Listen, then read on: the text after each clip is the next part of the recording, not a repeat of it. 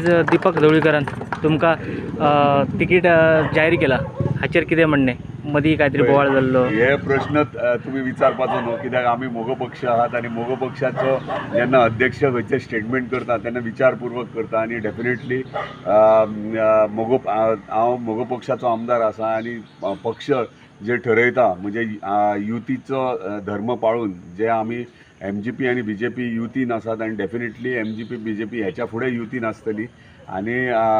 युतीचे फुडले सरकारूय MGP आनी BJPचेच आसतले आनी रायट डिसिजन्स भारतीय जनता पार्टीचो अध्यक्ष तसोच आमचे महाराष्ट्र गोमंतकवादीचो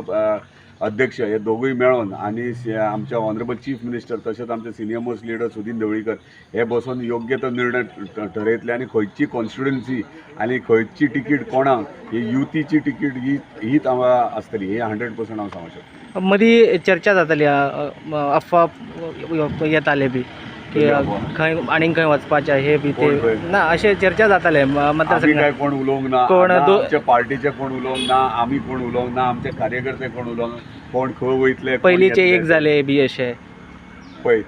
कोण एक जातले ना जातले ते तेंच्या पक्षा भितर आमचे मोगो पक्षान तरी कोण एक जावपाचे ना जावपाचे प्रश्न दिना कित्याक आमचे मोगो पक्षाचे आसा तशेंच आसात तशेंच